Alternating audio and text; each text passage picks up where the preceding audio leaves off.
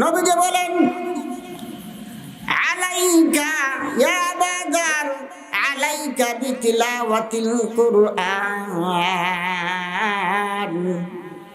ওয়া যিকরিল্লাহি তাআলা আযজা ওয়া জাল্লা। ও আবু যর, তুমি আমার কাছে উপদেশ চাচ্ছ, আমি তোমাকে এই উপদেশ দেই, তুমি বেশি বেশি কালামুল্লাহ শরীফের তেলাওয়াত করবে, বেশি বেশি কোরআন মাজিদের তেলাওয়াত করবে। আজকে তো আমাদের এই দশা, আমরা মুসলমান হয়েও বিশ্বের স্থানে স্থানে আমরা মার খাচ্ছি কেন? এর মূল কারণ হলো আমরা কোরআনকে ছেড়ে দিয়েছি। কোরআন তেলাওয়াত, কোরআনের বিধান আমরা ছেড়ে দিয়েছি। এই জন্য বিশ্বের স্থানে স্থানে প্রতিটি দেশেই দেখবেন প্রায় বিশ্বের ইহুদি খ্রিস্টান হিন্দু এরা মার খাচ্ছে না, খাচ্ছে যারা মার পৃথিবীর স্থানে স্থানে তারা মুসলমান। এর কারণ কি আবারও বলছি আমরা মুসলমানরা কোরআনের বিধান, কোরআনের আইন মেনে চলতে আমরা অস্বীকৃতি জানাচ্ছি। কোরআনের তেলাওয়াতও আমরা ছেড়ে দিয়েছি। আমাদের মুরব্বীরা বলেছেন যে এই পাক ভারতবর্ষে বাংলাদেশে এক সময় ছিল পৃথিবীর অন্য প্রান্তে যেতে হবে না, এই পাক ভারতবর্ষের এক সময় অভ্যাস ছিল ফজরের পরে বাংলার প্রতিটি ঘর থেকে কোরআনের আওয়াজ বের হতো। নারীগণ পুরুষগণ স্বামী স্ত্রী মিলে ফজরের নামাজ পড়ে এসে সূরা ইয়াসিন এবং অন্যান্য সূরা তেলাওয়াত করতেন ফজরের পরে। কোরআনের তেলাওয়াত পাড়ার মহল্লার প্রতিটি ঘর থেকে বেশি আসতো। আর এখন কচিত হঠাৎ কোনো ঘর থেকে, আর শতকরা 95 ঘর থেকে গড়ে ফজর হয় 8টা-10টা বেলা। আমাদের ফজর হয় কি বর্তমানে বেলা 8টা-10টায় ফজর হয়।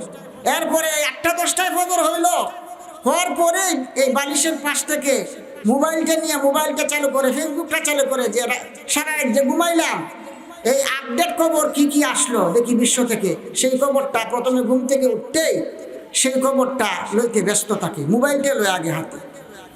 অথচ আল্লাহর নবী ফরমান, হ্যাঁ মানুষ, তুমি যে ঘুমিয়েছিলে তুমি তো মরে গিয়েছিলে, অবশ্যই মরে গিয়েছিলে।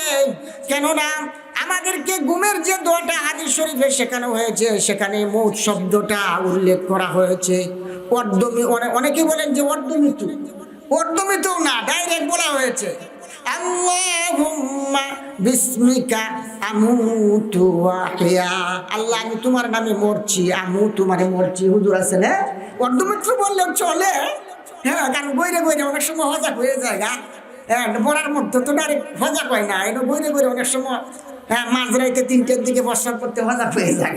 অর্ধমৃত্যু বললে চলে, কিন্তু ঘুমের দোয়ারের মধ্যে ডাইরেক্ট বলা হয়েছে আমুতু, আল্লাহ আমি মরছি, ও আখিয়া, এবং হ্যাঁ তোমার হুকুমে জীবিত হব। তখন ঘুম থেকে উঠে যে ভাই মোবাইলটা লইলা, ঘুম থেকে উঠেও তো তোমার একটা ইবাদত আছে, হালকা করা, কঠিন ইবাদত না, সহজ ইবাদত। সেটা তো আল্লাহ নবী আমাদেরকে শিক্ষা দিয়েছেন। আলহামদুলিল্লাহিল্লাযী আহইয়ানা বা'দামা আমাতানা ওয়া ইলাইহিন নুশুর।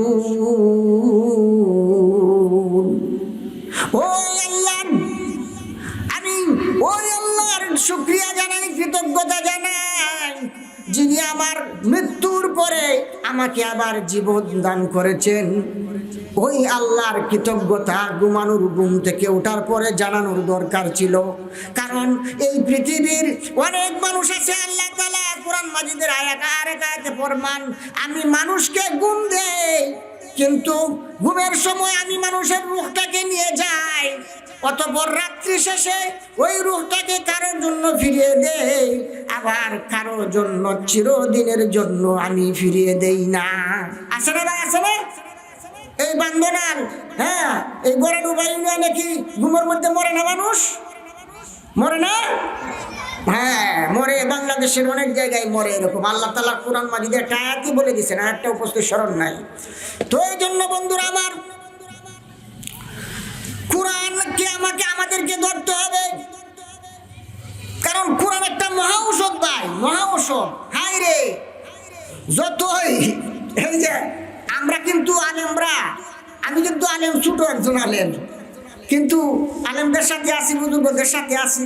হ্যাঁ, এই আমাদের মাঝে যে জনগণ সম্পর্কে কিছু কিঞ্চিত পরিমাণ গবেষণা আসে, যে দেখা যায় এই যে কত আনন্দ ফুর্তি, হ্যাঁ টিকটক বানাইছে আনন্দের লাগিয়ে, কত ধরনের আসি, কত খালি আসি মানুষ আসতো টিকটকের। আরেকটা নেই, কয়েক সেকেন্ডের 1 মিনিটের ভিডিও, মানে হাসো, এর অর্থ হইল যে হাসো। অনেক মানুষের দ্বারা এর দ্বারা ব্যবসা করছে, নির্লজ্জ, ফালতু, অহেতুক কথা বলিয়া অনেক মানুষের টিকটক বানাচ্ছে।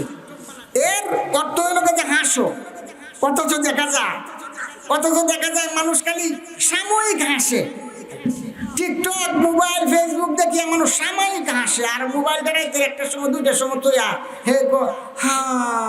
ভালো লাগে না, বুঝছে, ভালো লাগে না। কারণ এটা তো আসল বালার ঔষধ না, এটা নকল বালার ঔষধ, সাময়িক বালার ঔষধ। স্থায়ী বালার ঔষধ এই মোবাইল, টিকটক না। স্থায়ী বালার ঔষধ হইল কোরআন। স্থায়ী বালার ঔষধ কিটা? আমার মন, মস্তিষ্ক, দিল, অন্তর, হৃদয় স্থায়ী ভালোভাবে থাকতে হলে কি তেলাওয়াত করতে হবে? কোরআন তেলাওয়াত করতে হবে। সেটা কোরআন দিয়েই প্রমাণ দিই। আল্লাহ বলেন, ইয়া আইয়ুহান নাসু ক্বাদ জাআতকুম মাউইযাতুম মির রাব্বিকুম মাউইযাতুম মির রাব্বিকুম ওয়া শিফাউন লিমান ফিস সুদূর।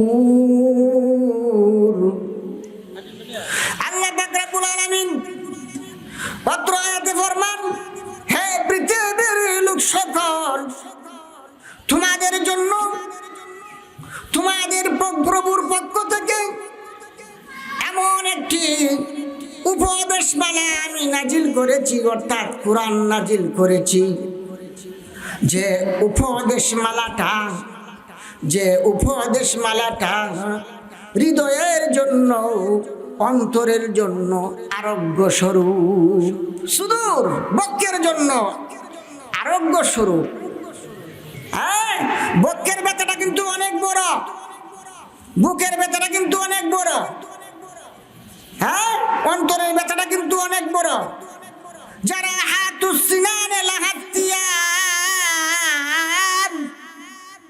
ওয়ালা ইয়ালতামু মান জারাহাল লিসান। আরবি কবি বলেন, বা হযরতে আলী রাদিয়াল্লাহু তাআলা আনহু এই কথাটা বলেছিলেন গালিবান, যে আপনি যদি পা কেটে ফেলেন, হাত কেটে ফেলেন, আপনার এত কষ্ট হবে না। 1 সপ্তাহের বর্তমানে 1 সপ্তাহের অ্যান্টিবায়োটিক খাবেন, ইনশাআল্লাহ কমের দিকে চলে আসবে। কিন্তু কথা দ্বারা যদি আপনার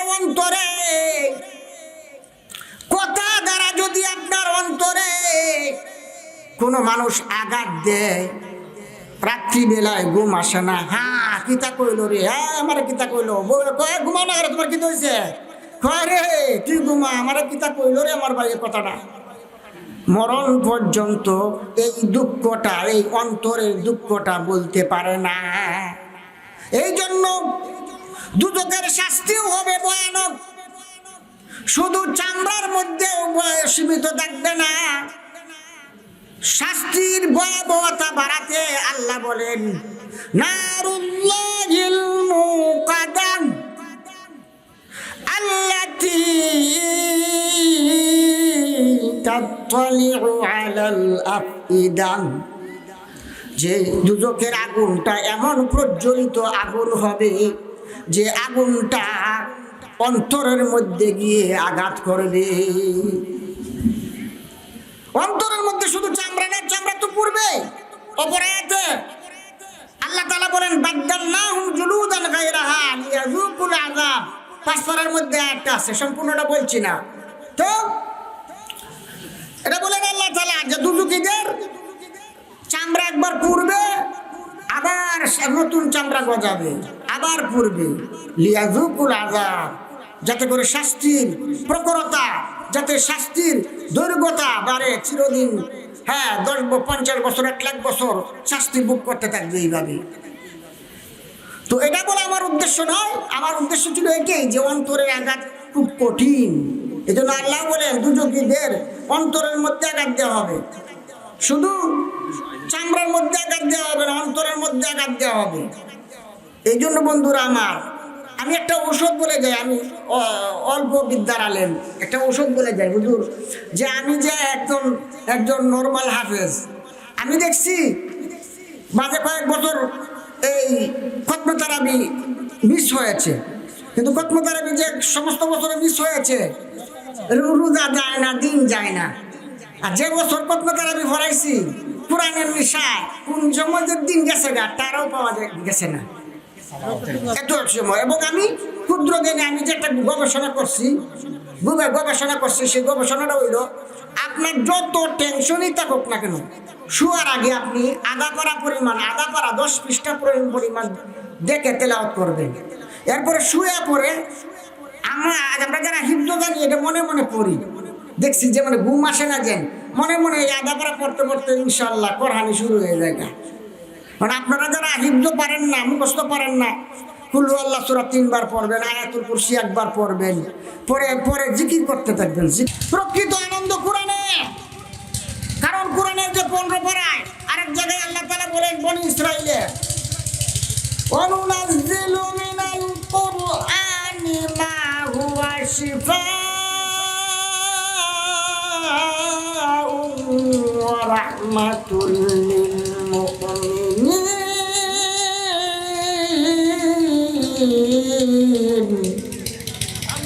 আল্লাহ তাআলা সূরা বনি ইসরাইলের 15 পারার মধ্যে আল্লাহ তাআলা কোরআন মাজিদে চ্যালেঞ্জিং ভাষায় দ্ব্যর্থ কণ্ঠে আল্লাহ তাআলা কোরআন মাজিদে ফরমান যে ওয়ানুনাজ্জিলু মিনাল কুরআনি মা হুয়া শিফাউন, এই কোরআনকে নাজিল করা হয়েছে আরোগ্যের জন্য, মানুষের রোগ মুক্তির জন্য। কিসের রোগ? বিশেষ করে বুকের রোগ। কিসের রোগ? বিশেষ করে অন্তরের রোগ। এই কোরআনকে নাজিল করা হয়েছে অন্তরের রোগ দূর করার জন্য।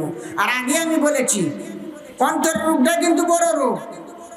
হ্যাঁ, চিন্তা রোগের ঔষধ পাইলাম না, একটা সন্দেহ কি থাকবে না? হ্যাঁ, চিন্তা রোগের ঔষধ কিন্তু বর্তমানে বার হইলেও এই ব্যাপারে প্রতিক্রিয়াও আছে, ব্যতিক্রম প্রতিক্রিয়া শিখাইলে ব্যতিক্রম প্রতিক্রিয়াও দেখা দেয়। এই জন্য প্রতিক্রিয়াহীন ঔষধ কি আমি আপনাদেরকে দিব? একটু দয়া করে গ্রহণ করবেন, যারা কোরআন পড়তে পারেন কমপক্ষে আধা পারা 10 পৃষ্ঠা সমপরিমাণ ঘুমের আগে তেলাওয়াত করবেন, সূরা মুলক সহ। সূরা মুলকও তিলাওয়াত করবেন, আপনার কবরের আযাব আল্লাহ মুক্ত করে দিবেন। হ্যাঁ, মৃত্যুর সময় আপনার আল্লাহ আসান করে দিবেন। সূরা মুলক আসার পরে প্রতিদিন পড়ার আমল, এবং মুলকের সাথে আরো 7 পৃষ্ঠা পরিমাণ পড়লেন, দেখবেন আপনার বড় চিন্তা, সারাদিন যে চিন্তায় আপনাকে ভোগাচ্ছে, ইনশাআল্লাহ খোদার কসমকে বললে কাফারা দিতে হবে না। কারণ এটা আমার কালাম নয়, এটা আহকামুল হাকিমিন মহান রব্বুল আলামিনের কালামের নিজে পরীক্ষা করে এটা আমি বলছি। আপনি আধা পারা পরিমাণ কোরআন শরীফ রাত্রে শুইবেন, সারাদিনের যত চিন্তা আছে ঘুমের বড়ি খাইতে হবে না।